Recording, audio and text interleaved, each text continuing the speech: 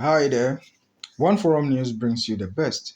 Please kindly subscribe to this channel. Today, let us go to South Africa to look at the life and assassination of one Chris Hani. Chris Hani was born on the 28th June 1942 and was the leader of the South African Communist Party and chief of staff of the armed wing of the African National Congress, that's the ANC. When you talk about ANC, you are talking about the biggest political party currently in South Africa. He was a fierce opponent of the apartheid government of South Africa. Just at a very young age of 15, he joined the ANC Youth League and as a student was very active in protests against the Bantu Education Act, which was enacted in 1953 and in effect from January 1st, 1954.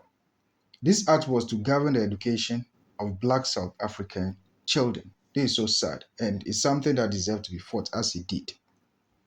Just after graduating from the university, he joined the armed wing of the ANC and became very instrumental in the fight for freedom for South Africa, which led to his arrest at a point under the Suppression of Communism Act.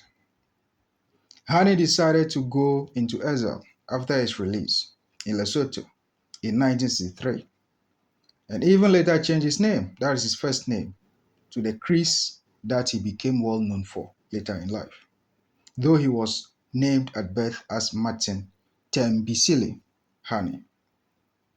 He received military training in Soviet Union and served in campaigns in the Zimbabwe War of Liberation, also called the Rhodesian Bush War. That means South Africans were very instrumental in the liberation of for freedom of Zimbabwe. Chris was one of the fighters involved against the arrest of Nelson Mandela and other leaders of the MK in South Africa. In 1969, he co-signed with six others the Hani Memorandum, which was strongly critical of the leadership of Joe Modise, Moses Kotane, and other comrades of the leadership or in the leadership position of their ANC. Once a fighter, always a fighter. So while in exile in Lesotho, he organized guerrilla operations of the MK in South Africa. By 1982, Hani became prominent enough that he was the target of assassination attempts, and he eventually moved to the ANC headquarters in Lusaka, Zambia.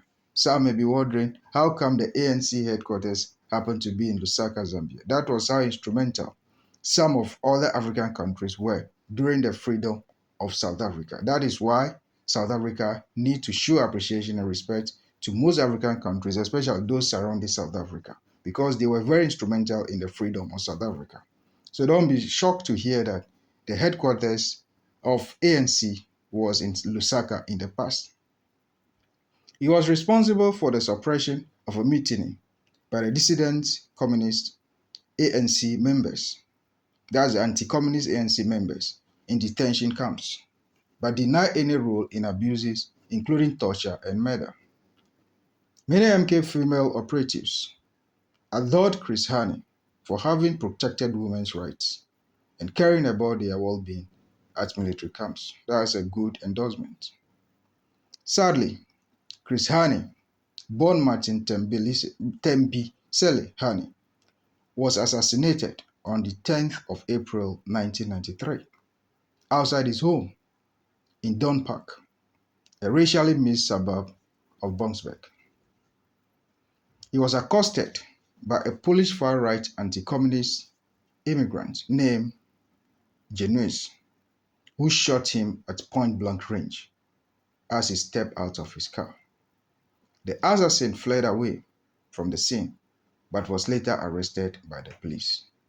But the sad truth is, the hero of Africa, the hero of South Africa, and the hero of his people was assassinated and wasn't able to live to see the full freedom of his fellow South Africans, a freedom that they are still fighting in some measures, though they are free. But yet still, certain things need to be done for them to be totally free.